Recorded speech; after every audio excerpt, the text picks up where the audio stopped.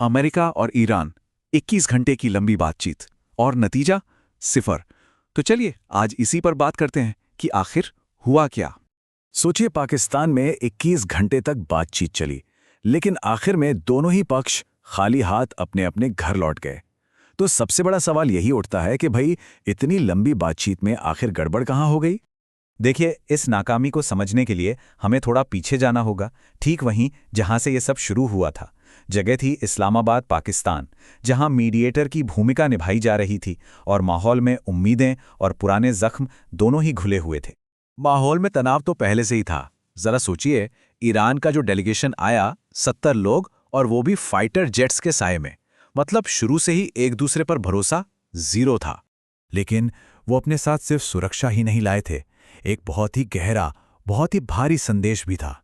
और ये पूरा संदेश छिपा था सिर्फ एक नंबर में, 168।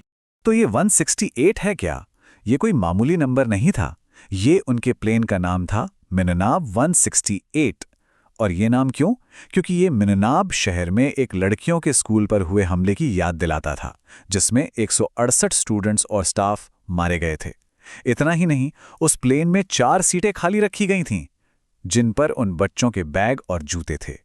ये एक सीधा सीधा मैसेज था कि हम यहां अपने बेगुनाहों के लिए इंसाफ मांगने आए हैं।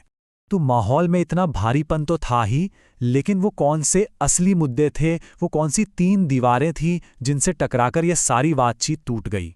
तो देखिए, मामला 3 बड़ी बातों पर फंसा। पहली, ईरान का कहना था कि वो अपना यूरेनियम एनरिचमेंट का प्रोग्राम नहीं रोकेगा, ये उसका हक है। दूसरी, हॉर्मुज़ की खाड़ी, जो इतना अहम समुद्री रास्ता है, उस पर ईरान अपना कंट्रोल चाहता था। और तीसरी मांग थी कि लेबनान में हिजबुल्लाह पर जो इजरायली हमले हो रहे हैं वो तुरंत बंद हो।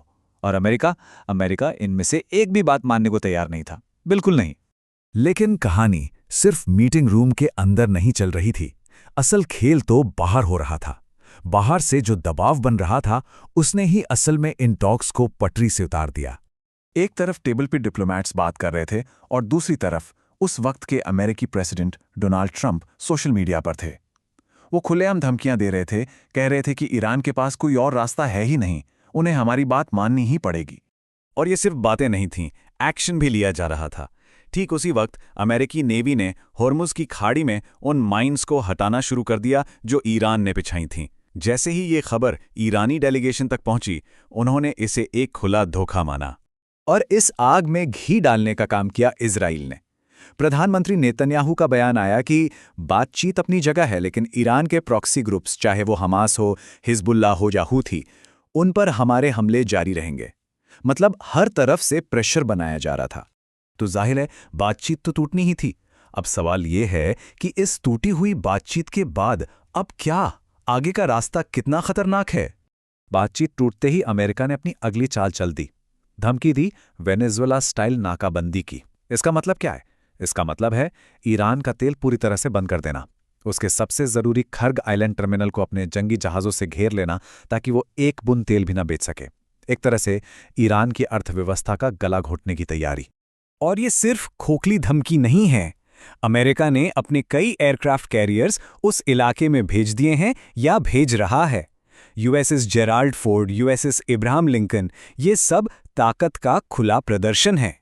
तो 21 घंटे की बातचीत के बाद हम वापस उसी जगह पर हैं, शायद उससे भी ज्यादा खतरनाक मोड़ पर। डिप्लोमेसी का रास्ता तो बंद हो गया है, समंदर में जंगी जहाज तैनात हैं।